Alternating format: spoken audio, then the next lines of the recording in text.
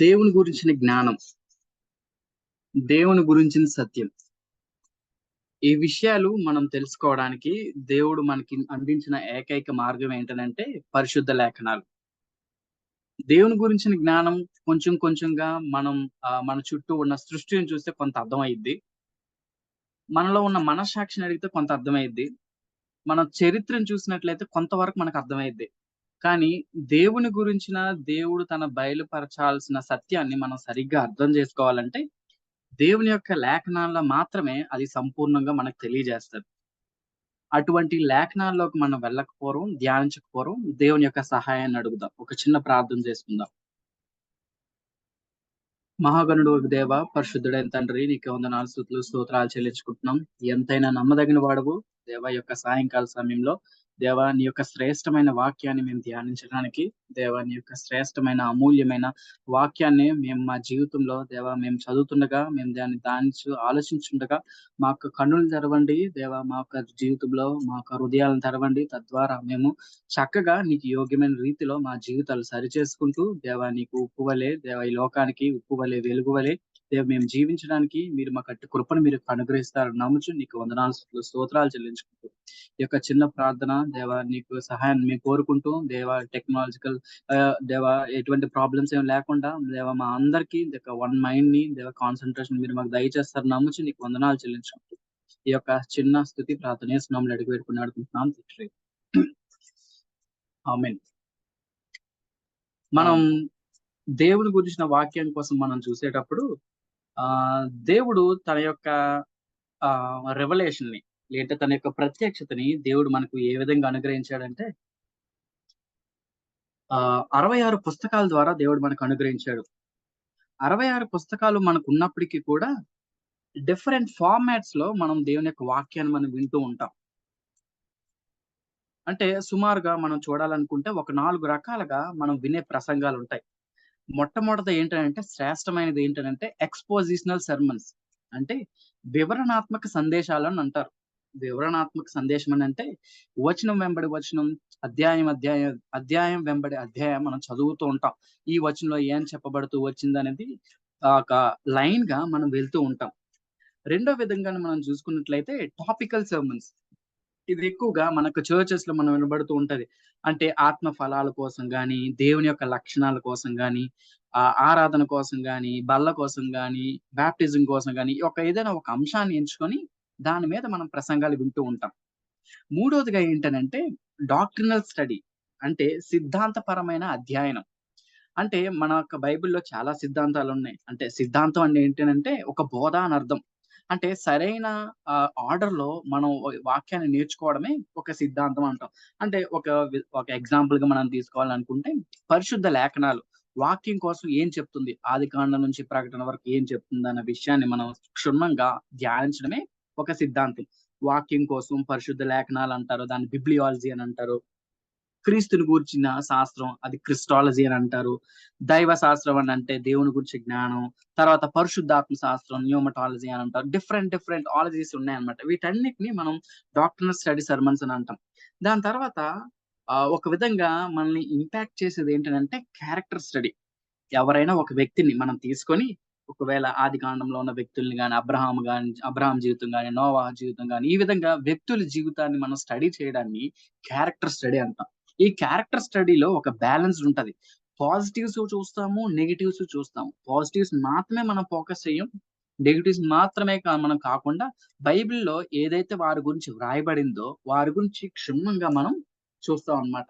So, ఈరోజు మనం ఒక క్యారెక్టర్ స్టడీని మనం చేయబోతున్నాం. క్యారెక్టర్ స్టడీలోకి వెళ్ళబోయే ముందు చరిత్రలో జరిగిన ఒక సంఘటన మీకు జ్ఞాపకం చేయాలనుకుంటున్నాం. బహుశా ఈ వ్యక్తి మీకు తెలిసే ఉంటది. సత్యం. సో, ఈయన తన యొక్క జర్నీని స్టార్ట్ చేసేటప్పుడు 1887 సంవత్సరంలో తన యొక్క జర్నీని స్టార్ట్ చేసేటప్పుడు ఒక చిన్న కంపెనీతో స్టార్ట్ చేశాడు. సత్యం కంప్యూటర్ సర్వీసెస్ అని స్టార్ట్ చేసినాక దాని తర్వాత అలా జరుగుతున్న కొలది లోపల ఏవేవో తప్పులు జరిగినప్పటికీ ఆఖరిదిగా 2009లో అది బయటపడింది. తను చేసిన స్కామ్, తను చేసిన తప్పిదం, తను చేసిన యథార్థత లేకపోవడం ఆ కంపెనీకి ఎంతో లాస్ తీసుకుంటూ వచ్చింది. సుమారు మనం న్యూస్ లో చూసుకున్నట్లయితే సుమారు 7,000 కోట్లు, అంటే సుమారుగా 1.5 బిలియన్ మనీని తిను ఒక సైడ్ ట్రాక్ పెట్టించారు అన్న విషయాన్ని మనం చూస్తూ ఉంటాం. అంటే బయటికి ఒక మంచి ఫేస్ యేసుకొని కనిపించొచ్చు. బయటికి ఒక మంచి వ్యక్తిలా కనిపించొచ్చు. కానీ లోపల తన యొక్క జీవితాన్ని గాని చూసుకున్నట్లయితే ఒక యథార్థత లేకపోవడం, మోసం చేయాలనే దృక్పథం కలిగి ఉండడం. సో, ఇటువంటి లక్షణాలన్నీ మనం చూస్తూ ఉంటాం. సో, చాలా మనం లోకంలో గాని చూసుకున్నట్లయితే ఇలాంటి వ్యక్తులు చాలా మంది ఉంటారు. లోకంలో మాత్రమే కాదు, క్రైస్తవుల్లో కూడా ఇలాంటి వ్యక్తులు చాలా మంది ఉంటారు. సో, ఇలాంటి వ్యక్తి మనస్తత్వం కలిగిన వ్యక్తులు ఎలా ఉంటారు? ఒకవేళ అటువంటి మనస్తత్వం మనం ఉంటే మనం ఏం చేయాలి? అనే విషయాన్ని ఈరోజు క్యారెక్టర్ స్టడీ మనం చేయబోతున్నాం. మనం చాలా సార్లు మన జీవితంలో ఎట్లా ఉంటదనంటే, బయటికి ఒకలాగుంటాం, లోపల ఒకలాగుంటాం. చర్చ్‌లో ఒకలాగుంటాం, సొసైటీలో ఒకలాగుంటాం. ఆఫీసెస్‌లో ఒకలాగుంటాం, కాలేజెస్‌లో ఒకలాగుంటాం.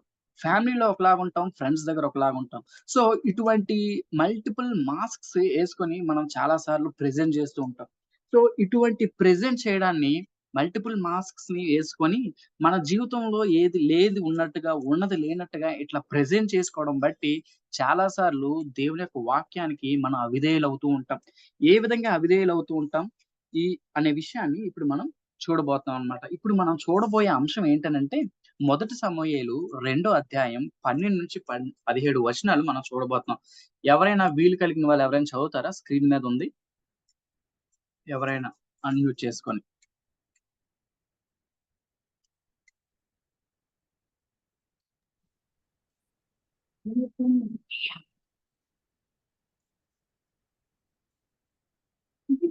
నా వాయిస్ వినిపిస్తుందా? ఎలి కుమారులు యెహోవాను ఎరుగని వారు మిక్కిలి దుర్మార్గులై ఉండిరి. జనుల విషయమై యాజకులు చేయుచు వచ్చిన పని ఏమనగా, ఎవడైనా బలిపశువును వధించిన మీదట మాంసము వెదుకుచున్నగా, యాజకులు వారి మూడు గల పెంకిని తీసుకొని వచ్చి గొలుసులో గాని, తపేలలో గాని, భూమిలో గాని, కొండలో గాని అది గుచ్చినప్పుడు ఆ కంకి చేత బయటకు వచ్చినదంతయు యాజకుడు తన కొరకు తీసుకొనును. షిలోహులోకి వచ్చి ఇశ్రాయేలీయులందరికీ వీరు ఇలాగ చేయుచూ వచ్చిరి.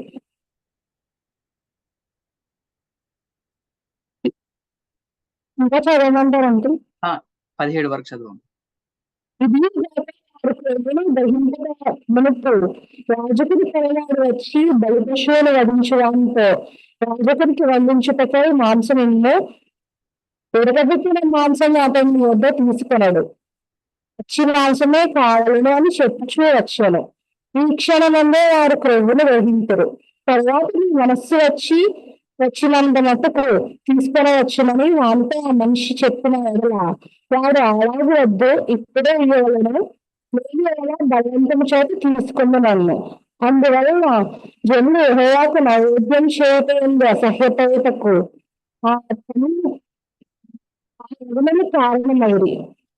గనుక వారి కార్యం యెహోవా సన్నిధిని బహు గొప్పదాయెను. రెండోది కూడా చదవమ్మా. కనిపిస్తుంది సెకండ్‌ది.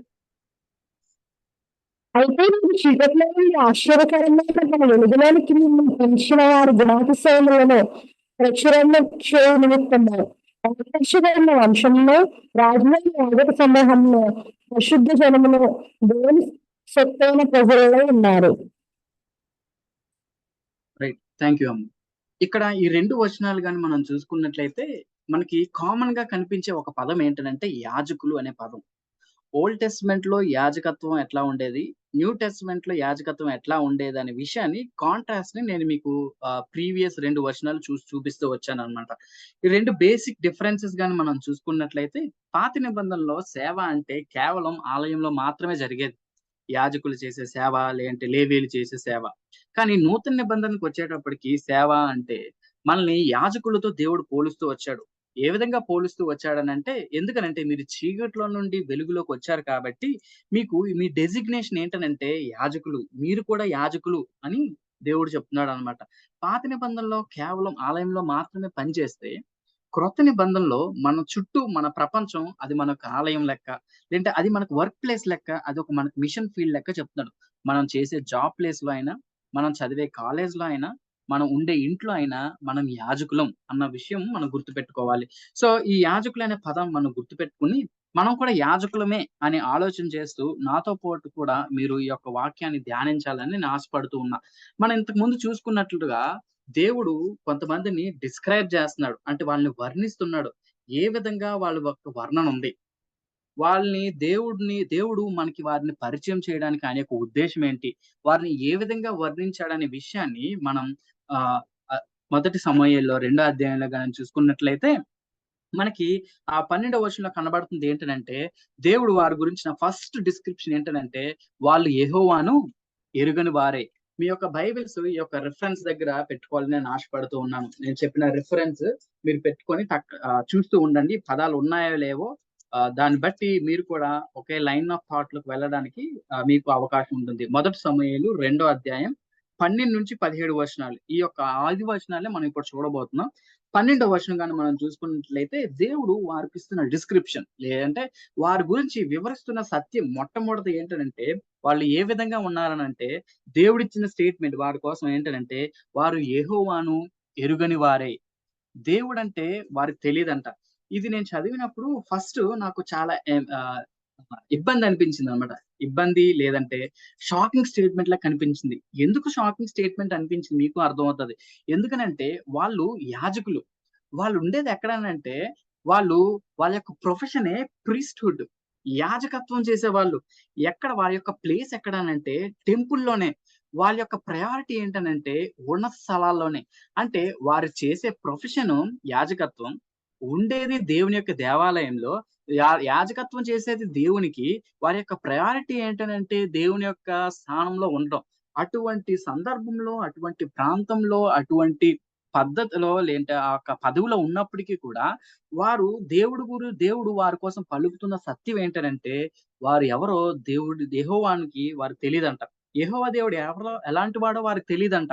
అంటే ఈ స్టేట్‌మెంట్ మనం చాలా సార్లు మన యొక్క జీవితంలో గాని చూసుకున్నట్లయితే చాలా సార్లు చాలా మంది ప్రజలు అంటే బహుశా చాలా మంది వారి యొక్క బోర్న్ అగైన్ క్రిస్టియన్స్ కాకుండా ఒకవేళ చిన్నప్పటి నుంచి చర్చికి వెళ్లి అలవాటు పడినట్లయితే లేదంటే ఎప్పుడు దేవుని కోసం తెలుస్తూనే ఉంటది. చాలా యూత్ మీటింగ్స్ కి అటెండ్ అవుతూ ఉంటాం. చాలా చర్చెస్ కి అటెండ్ అవుతూ ఉంటాం. చాలా చర్చ్ సర్వీసెస్ కి అటెండ్ అవుతూ ఉంటాం గానీ ఇక్కడ దేవుడు మాట్లాడుతున్న విషయం ఏంటనంటే ఈవెన్ దో వాళ్ళు చర్చ్ లో ఉన్నప్పటికీ కూడా ఈవెన్ దో వాళ్ళు టెంపుల్ లో ఉన్నప్పటికీ కూడా వాళ్ళు ట్యాగ్స్ తగిలించుకున్నప్పటికీ కూడా విశ్వాసులం అనే ట్యాగ్స్ తగిలించుకున్నప్పటికీ కూడా దేవుడు వారికిచ్చే స్టేట్మెంట్ ఏంటనంటే మీరెవరో నాకు తెలీదు.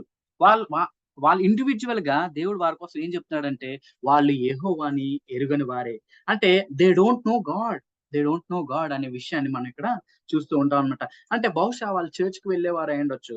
మనం ప్రెజెంట్ కాంటెక్స్ట్ లో గాని చూసుకున్నట్లయితే చర్చ్‌కి వెళ్ళే ప్రజలై ఉండుండొచ్చు. లేదంటే గాడ్లీ పేరెంట్స్ కలిగి ఉండొచ్చు. గాడ్లీ అట్మాస్ఫియర్ ఉండుండొచ్చు. కానీ నిజంగా దేవుడు మీకు తెలుసా? దేవుడు మీకు తెలుసా? అనే విషయాన్ని కోసం మనం ఆలోచన చేసుకున్నట్లయితే, అసలు దేవుని కోసం తెలుసుకోవడం అంటే ఏంటి? అసలు దేవుని గురించిన సత్యాలేంటి? దేవుని యొక్క లక్షణాలేంటి? ఈ విషయాలు మనం తెలుసుకుంటే, మనం ఎవరో మనకు అర్థమవుతది. చాలా సార్లు మనం ఎవరమో ఏంటో మనకు అర్థం కాకపోవడానికి కారణం, చాలా మంది వారి యొక్క జీవితాల్లో అర్థాంతంగా ముగిసిపోవడానికి కారణం, చాలా మంది వారి యొక్క జీవితంలో అసంతృప్తికి గురవ్వడానికి కారణం ఏంటో తెలుసా? వారిని చేసిన క్రియేటర్‌ని లేదా సృష్టికర్తని వారు తెలియలేకపోవడం. వాళ్ళు ఎవరో ఈ సృష్టికర్త కోసం వారు ప్రయాస పడకపోవడం అనే విషయాన్ని మనం చూస్తూ ఉంటాం అన్నమాట. అంటే చాలా సార్లు మనం కూడా మన యొక్క జీవితంలో గాని చూసుకున్నట్లయితే దేవుణ్ణి ఎరుగకుండా అంటే చర్చికి వస్తూ ఉంటాము. ఫెలోషిప్‌లో పాల్గొంటూ ఉంటాము. దేవుని యొక్క మాటలు వింటూ ఉంటుంటాం గానీ, అసలు దేవునికి మనం అందుబాటులో లేని వారంగా ఉంటూ ఉంటాం. అసలు దేవునికి నాకు సంబంధం లేదు అన్నట్టుగా ఉంటూ ఉంటాం. సరే, ఇప్పుడు దేవునితో నాకు సంబంధం ఏర్పాటు చేసుకోవాలనంటే, దేవుని గురించి నేను ఎలా తెలుసుకోవాలని అనుకుంటే, కేవలం ఒకే ఒక్క సోర్స్ ఏంటనంటే, దేవుని యొక్క వాక్యం. దేవుని గురించి తెలుసుకోవడానికి, దేవుని గురించిన నీకు సరైన అవగాహన తెలుసుకోవడానికి మొట్టమొదట అత్యున్నతమైన ఒక రిసోర్స్ ఏంటనంటే దేవుని యొక్క వాక్యం మాత్రమే. ఇక్కడ మీకు ఒక ఉదాహరణ చెప్పనివ్వండి. ఏంటనంటే మనకి మన పీఎం ఎవరో తెలుసు. మన ప్రైమ్ మినిస్టర్ ఎవరో తెలుసు. నరేంద్ర మోడీ అని చెప్తాం. మన సీఎం ఎవరో మనకు తెలుసు. చంద్రబాబు నాయుడు అని చెప్తాం. కానీ మనం వాళ్ళకి తెలీదు. ఇండివిడ్యువల్‌గా తెలీదు. కానీ మనం యూనివర్సల్ గా మనం చెప్పేది ఏంటంటే ఆయన నాకు తెలుసు, ఆయన నాకు తెలుసు అంటాం గానీ, ఒకవేళ ఆయన దగ్గరికెళ్ళి చంద్రబాబు నాయుడు దగ్గరికి గాని, సీఎం దగ్గరికి గాని, పీఎం దగ్గరికి గాని సపోజ్ నా పేరు పెట్టి అడిగితే ఆయన ఎవరో నాకు తెలీదు అని అంటాడు. అట్లా కాకుండా దేవుడు తన ప్రజలతో పెట్టుకోవాల్సిన సంబంధం ఏంటంటే, ఆయన ఎటువంటి సంబంధం కలిగి ఉండాలని కోరుకుంటున్నాడంటే, పర్సనల్ రిలేషన్‌షిప్ విత్ గాడ్. దేవునితో ఈ వ్యక్తిగతమైన సంబంధాన్ని కలిగి ఉండాలని ఆయన ఆశపడుతూ ఉన్నాడు. ఇక్కడ ఈ యొక్క బ్రదర్స్ హోఫ్నీ, ఫినెహాసులు ఏలీ యొక్క కుమారుల విషయంలో గాని చూసుకున్నట్లయితే, వారు దేవునికి అందుబాటులో లేని వ్యక్తులు. మొట్టమొదటిగా వారు చేసిన తప్పిదం ఏంటనంటే, యెహోవాను ఎరుగని వారు కాబట్టి వాళ్ళు దేవుని యొక్క అందుబాటులో లేరు. అసలు దేవుని యొక్క మాటలకి దేవుని యొక్క సన్నిధిలోనే ఉన్నారు గానీ, దేవుని యొక్క మాటలకి వాళ్ళు దూరంగా ఉన్నారు. వాళ్ళ యొక్క బాడీసు దగ్గరగానే ఉన్నాయి. సేవ చేయడానికి, సేవను పొందుకోవడానికి అన్నిటికి దేవుని ఆలయంలో ఉంటున్నారు గానీ, దేవునికి మాత్రం చాలా దూరంగా ఉంటున్నారు. మనం కూడా ఒకవేళ దేవుని యొక్క ఆలయానికి దగ్గరగా ఉంటున్నామేమో, దేవుని యొక్క ప్రజలకు దగ్గరగా ఉంటున్నామేమో, నిజంగా మన యొక్క హృదయపు లోతుల్లోకెళ్ళి ఆలోచన చేసినట్లయితే, నిజంగా మనం దేవునికి అందుబాటులో ఉన్నామా? దేవుడు మన గురించి చెప్పగలుగుతాడా?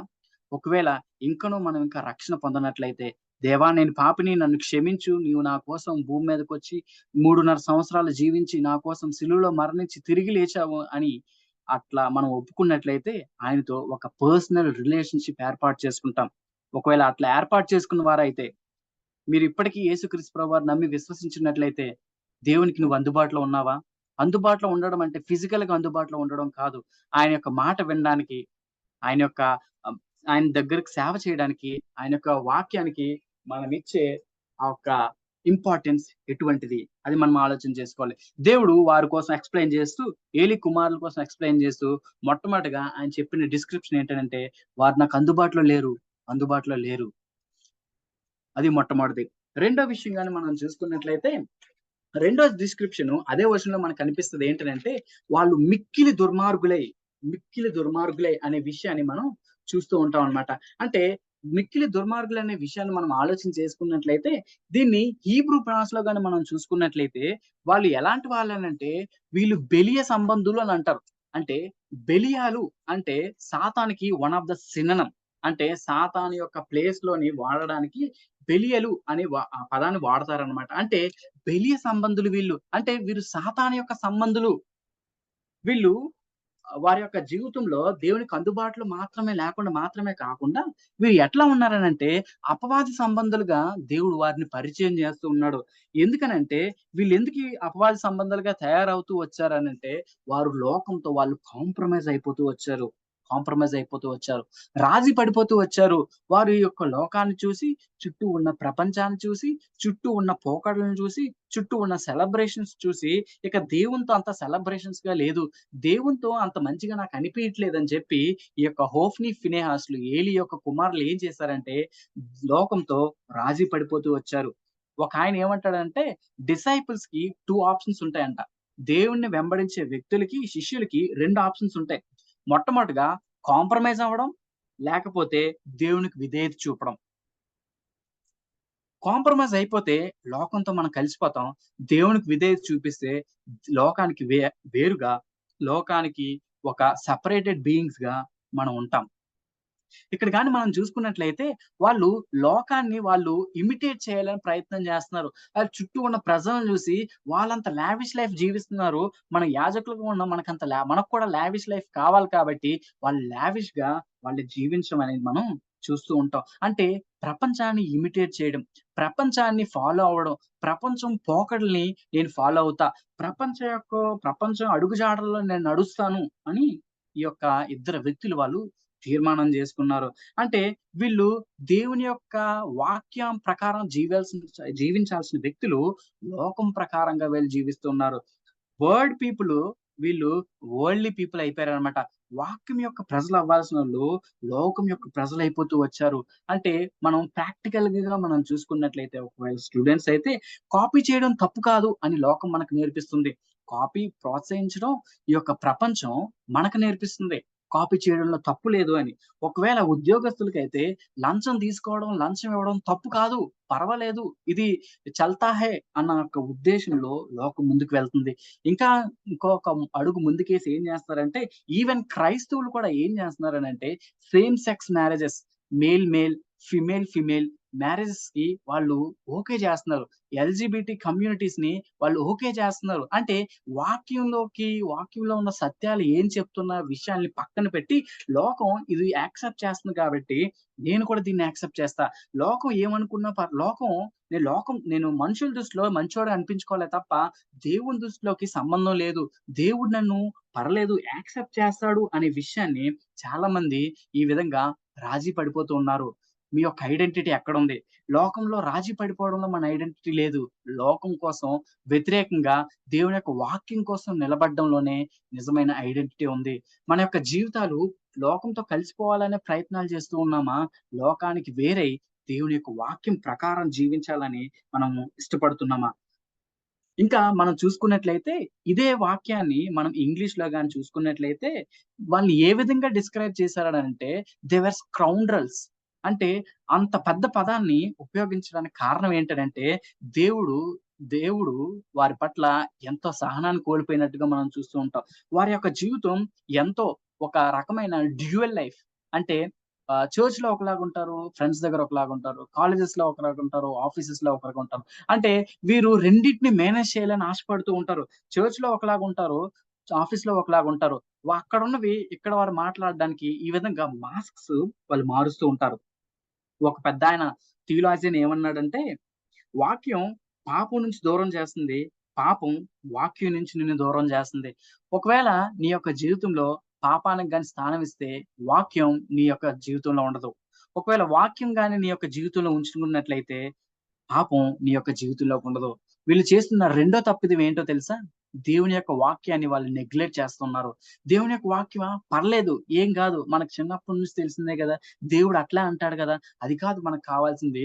లోకం దృష్టిలో మనం మంచోళ్ళుగా ఉండాలి. లోకాన్ని మనం ప్రేమించాలి. మనలో ఉన్న ఆశలు నెరవేర్చుకోవాలి అని చెప్పి, వారు తమ యొక్క ఆశలను వాళ్ళు నెరవేర్చుకోవడం బట్టి, దేవుడు వారికిస్తున్నది రెండోగా డిస్క్రైబ్ చేసిన విషయం ఏంటంటే, మిక్కిలి దుర్మార్గులు. కాబట్టి వీళ్ళు అపవాది సంబంధులు. మొట్టమొదటగా చూస్తూ వచ్చాము. వారెలాంటి వారనంటే, వారు దేవునికి అందుబాటులో లేని వ్యక్తులుగా చూస్తూ వచ్చాము.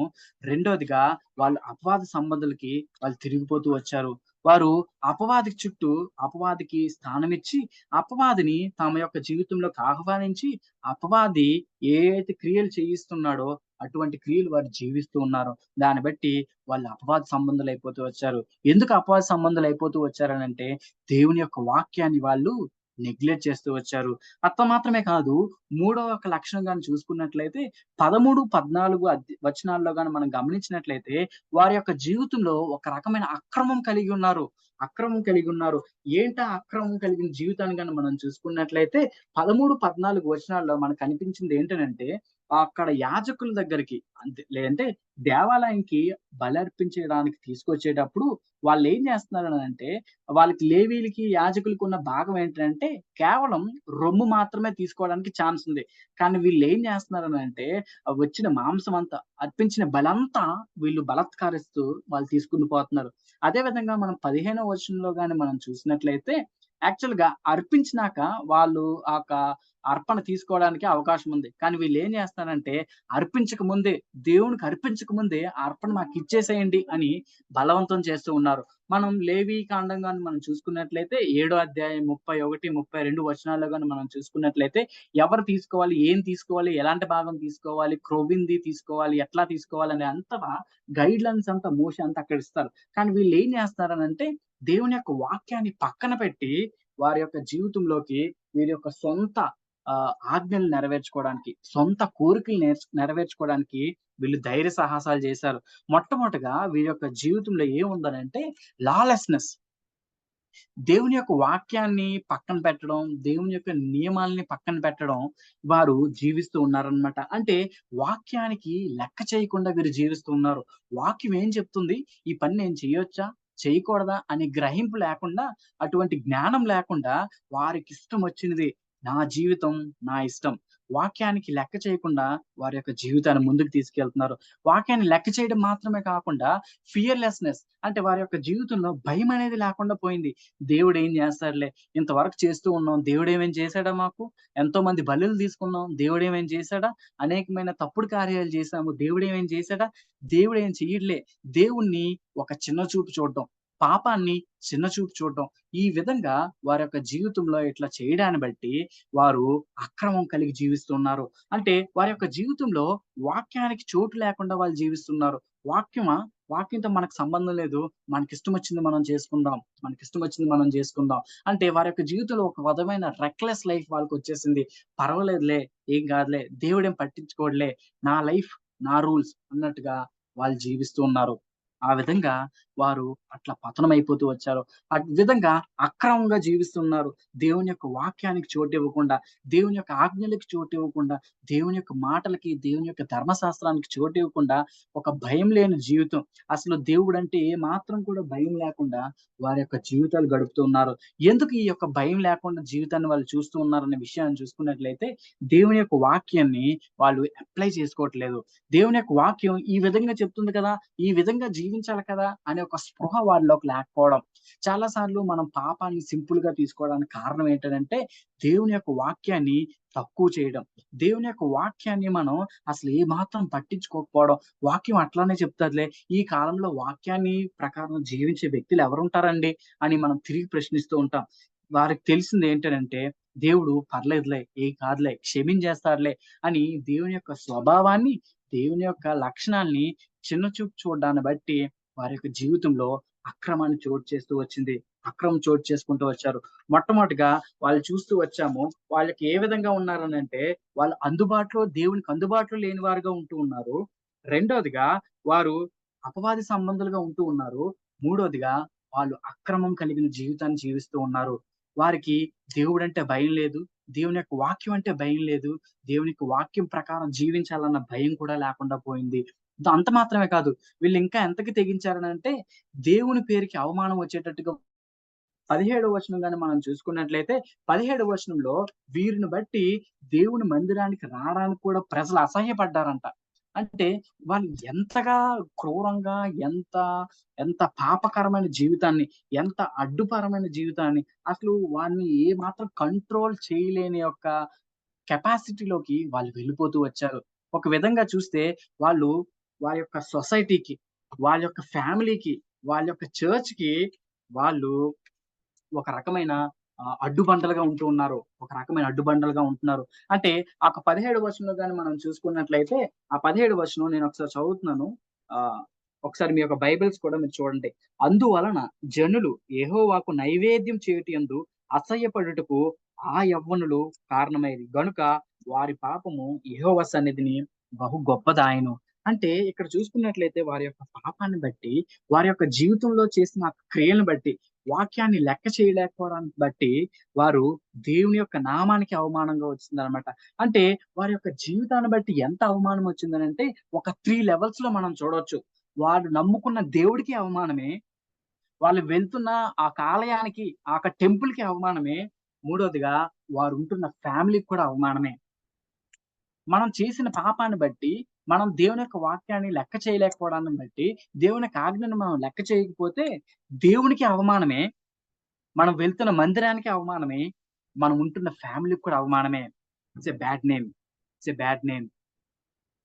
ఇంకో విషయం ఏంటో తెలుసా? వాళ్ళు బ్లాక్ చేస్తున్నారు. అసలు దేవుని మందిరానికి వెళ్దామనంటే అబ్బా! హోఫ్ని, ఫినేసాలు ఉంటారబ్బా! వాళ్ళుంటే మాత్రం దేవుని మందిరానికి వెళ్ళినట్టే ఉండదు అని చెప్పి చాలా మంది దేవుని మందిరంలోకి రాకుండా ఉండడానికి వాళ్ళు కారణమైపోతూ వచ్చారు. కారణమైపోతూ వచ్చారు. వారు అటువంటి జీవితాన్ని వాళ్ళు జీవిస్తూ ఉన్నారు. అటువంటి జీవితాన్ని వాళ్ళు జీవిస్తూ ఉన్నారు.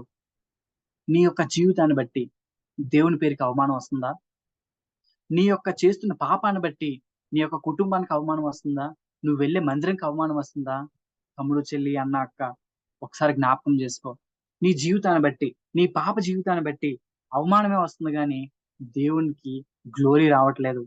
దేవునికి మహిమ రావట్లేదేమో ఒకసారి ఆలోచన చేసుకో. నువ్వు వెళ్ళే ఫెలోషిప్‌కి కూడా, నువ్వు అటెండ్ అయ్యే చర్చ్‌కి కూడా అది అవమానమేమో! అవమానమేమో! వాళ్ళు బ్లాక్ చేస్తున్నారు. బ్లాక్ చేస్తున్నారు. దేవుని యొక్క మందిరానికి రాకుండా అనేక మంది జీవితాలు వాళ్ళు క్లియర్ గా కనిపిస్తున్నాయి కాబట్టి, అరే ఇలాంటి వ్యక్తులు ఉన్నారు కాబట్టి, ఇలాంటి పాపం చేసే వ్యక్తులు చర్చికి వెళ్తున్నారని అంటే, అబ్బా వీళ్ళ చర్చ్ ఇంకెంత దరిద్రమైనదో అని వాళ్ళు ఆలోచిస్తున్నారేమో. మన చుట్టూ ఉన్న అన్యులు. ఎట్లా ఉంది మన యొక్క లైఫ్? మనం బ్రేక్ చేస్తున్నామా? బిల్డ్ చేస్తున్నామా? ఒకసారి ఆలోచన చేసుకుందాం. మన యొక్క లైఫ్ ఏ విధంగా ఉంది? మన యొక్క జీవితం ఎట్లా ఉందన్న విషయాన్ని మనం చూసుకుంటున్నారు. అసలు దేవుని యొక్క నామానికి వాళ్ళు చెడ్డ పేరు తెచ్చడానికి కారణం ఏంటో తెలుసా? దేవుని యొక్క వాక్యం ప్రకారం వాళ్ళు జీవించట్లేదు. దేవుని యొక్క ఆజ్ఞల ప్రకారం వాళ్ళు జీవించట్లేదు. దేవుడు ఒకటి చెప్తే వీళ్ళు వేరే చేస్తున్నారు. అసలు ఆ పని చేయొద్దురా అనంటే మేము ఆ పనే చేస్తామని వారి యొక్క ఆహ్, హావభావాలను బట్టి, వారి యొక్క యాక్షన్స్‌ని బట్టి మనకు అర్థమవుతుంది. వాళ్ళేం చేస్తున్నారనంటే, వారు దేవుని నామానికి అవమానం తీసుకొస్తున్నారు. ఆహ్, మెకార్థర్ గారు ఒక బుక్‌లో 'డివైన్ డిజైన్‌లో' ఒక బుక్‌లో ఆయన రాస్తూ ఒక దగ్గర ఏమంటాడనంటే, నిన్ను నీ జీవితాన్ని బట్టి యేసుక్రీస్తు దగ్గరికి రావాలా? వద్దని వాళ్ళు డిసైడ్ అవుతారంట. అన్యులు మన జీవితాన్ని చూసి యేసుప్రభు దగ్గరికి రావాలా? వద్దని డిసైడ్ అవుతారంట. ఎట్లా అవుతారని చెప్తూ తను రాస్తూ ఏమంటాడంటే, మొట్టమొదటగా మన యొక్క జీవితాలను చూసి మనల్ని క్రిటిసైజ్ చేయడానికి మొట్టమొదట మన యొక్క జీవితాల్లో తొంగి చూస్తారంట.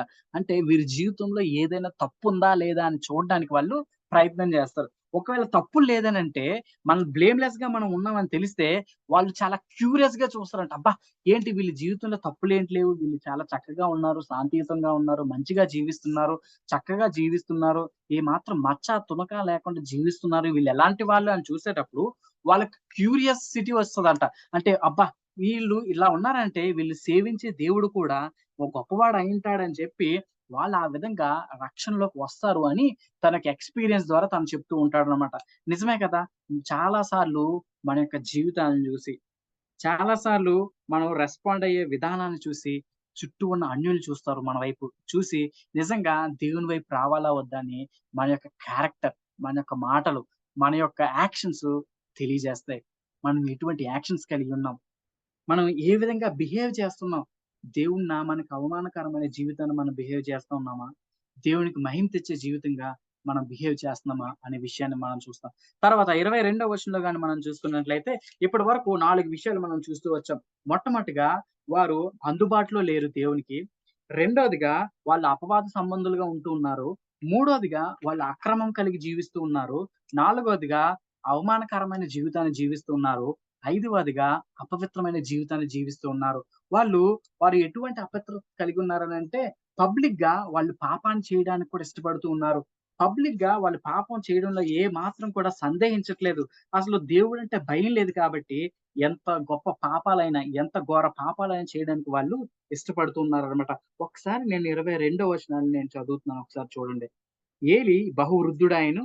ఇశ్రాయేలుకు తన కుమారులు చేసిన కార్యములన్నీ వారు ప్రత్యక్షపు గుడారం యొద్ద ద్వారం దగ్గరకు సేవ చేయుటకు వచ్చిన స్త్రీలతో సైనించుటకు మ మాట చెవిని పడగా వారిని పిలిచి ఇట్లనెను. అంటే వాళ్ళు అపవిత్రమైన పనులు ఏ విధంగా చేస్తున్నారంటే పబ్లిక్‌గా చేస్తున్నారు. పబ్లిక్‌గా చేయడం మాత్రమే కాకుండా వారు చేసిన పనిని బట్టి వాళ్ళు ప్రైడ్ ఫీల్ అవుతున్నారు. ఎందుకనంటే, వారి పాపపు జీవితాన్ని బట్టి దేవుని యొక్క వాక్యం వారిలో లేదు కాబట్టి, దేవుని యొక్క వాక్యానికి ఇవ్వాల్సిన ప్రాధాన్యత వారి యొక్క జీవితంలో లేదు కాబట్టి, వారి యొక్క దర్శనం కూడా పోయింది. వాళ్ళు పిలవబడింది దేనికోసమనంటే, యాజకులుగా ఉండడానికి పిలువబడ్డారు. కానీ, వారు యాజకులుగా ఉండడం కాకుండా, దేవుని నామానికి అవమానకరంగా జీవిస్తూ ఉన్నారు. వారు లైఫ్ పర్పస్‌ని వాళ్ళు మిస్ అయిపోతూ వచ్చారు. లైఫ్ పర్పస్‌ని మిస్ అయిపోతూ వస్తారు. చాలా సార్లు యవ్వనస్తులుగా మనం కూడా చాలా సార్లు మనం చేసిన పాపాన్ని బట్టి చాలా ప్రైడ్‌గా ఫీల్ అవుతాం. ఎవరైనా ఒకడు సిగరెట్ తాగితే, "అరే! నేను ఈరోజు సిగరెట్ తాగానురా" అని గర్వంగా చెప్పుకుంటాడు. ఎందుకనంటే, వారి పాపాన్ని ఒక ప్రైడ్ థింగ్‌గా వాళ్ళు చెప్పుకుంటూ ఉంటారు. ప్రైడ్‌ఫుల్‌గా చెప్పుకుంటూ ఉంటారు. వారి యొక్క విజన్‌ని కోల్పోతూ వచ్చారు. వారి యొక్క పిలుపు తగినట్టుగా వారు జీవించడం మానేశారు. వారి యొక్క పిలుపు ఏంటనంటే, య ఆహ్, యాజకులుగా ఉండడం.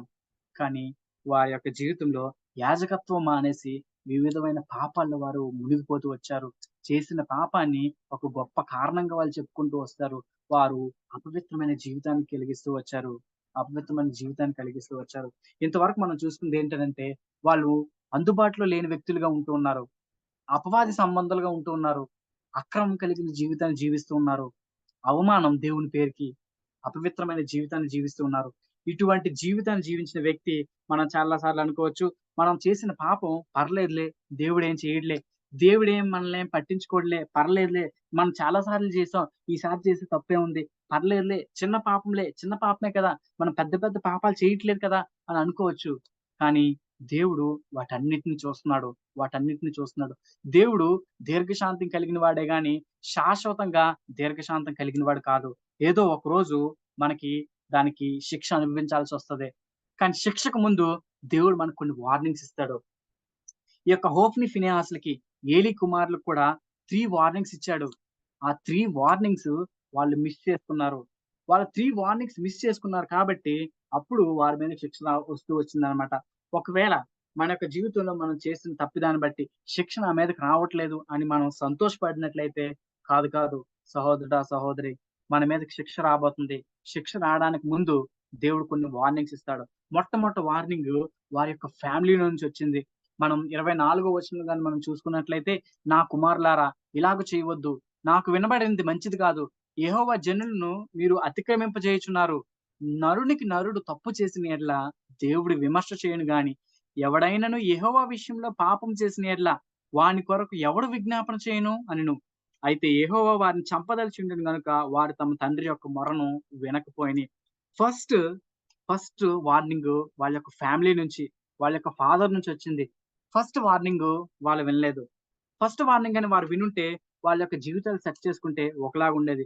ఫస్ట్ వార్నింగ్ వినలేదు. రెండో వార్నింగ్ వారి యొక్క ప్రీస్ట్ నుంచి వచ్చింది. 34వ వచనం గాని మనం చూసుకున్నట్లయితే అక్కడున్న వేరొక యాజకుడు చెప్తూ వచ్చాడు. నీ ఇద్దరు కుమారులైన హోఫ్ని, ఫినెహాసులకు సంభవించినది నేను చెప్పిన దాన్ని నీకు సూచనగా ఉండును. ఒక్కనాటి యందే వారిద్దరూ మరణమవుదురు అని ప్రీస్ట్ నుంచి కూడా వార్నింగ్ వచ్చింది. అయినా గాని పర్లేదు, దేవుడు అలాగే అంటాడులే, చచ్చిపోతారు అంటారు గాని మేము చావము. మేమెందుకు చస్తాం? అసలు మేము పర్లేదు, మేము పాపం చేసినా మాకేం కాదు అన్న ఉద్దేశంతో వెళ్ళిపోతూ వచ్చారు. థర్డ్ వార్నింగ్ శామ్యూల్ దగ్గర నుంచి వచ్చింది. వాళ్ళ యొక్క కోవర్కర్ దగ్గర నుంచి వచ్చింది. కోవర్కర్ శామ్యూల్ దగ్గర నుంచి వచ్చింది. శామ్యూల్ దగ్గర నుంచి వచ్చినప్పటికీ కూడా 3 వార్నింగ్స్ ని వాళ్ళు నెగ్లెక్ట్ చేస్తూ వచ్చారు. 3 వార్నింగ్స్ ని వాళ్ళు నెగ్లెక్ట్ చేయడానికి కారణం బట్టి వాళ్ళు ఆఖరికి మనం చరిత్ర చూసినట్లయితే వాళ్ళిద్దరూ ఒక దగ్గరికెళ్తారు యుద్ధానికి. యుద్ధంలో ఒకేసారి చనిపోతూ వస్తారు. చనిపోతూ వస్తారు.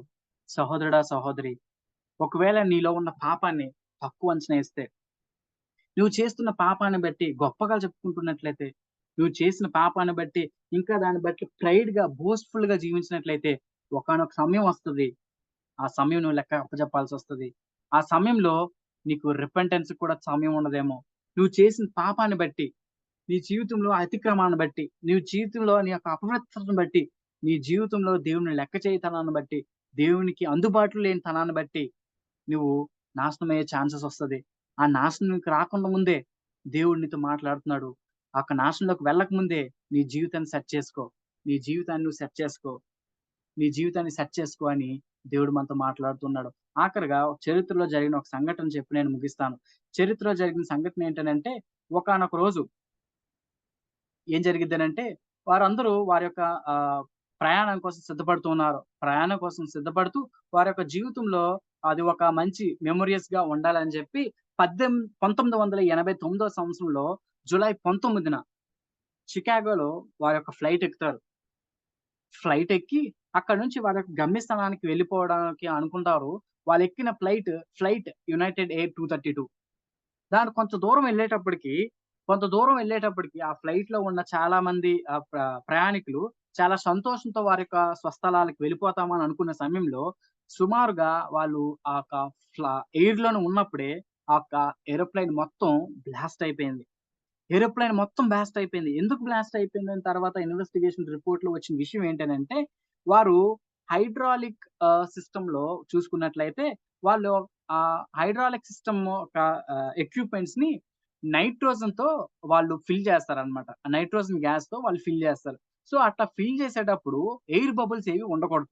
ఒకవేళ ఎయిర్ బబుల్స్ గాని ఉన్నట్లయితే, ఆ యొక్క ఎయిర్ బబుల్‌ని బట్టి ఎక్స్‌ప్లోడ్ అయ్యే ఛాన్సెస్ ఉంటాయి.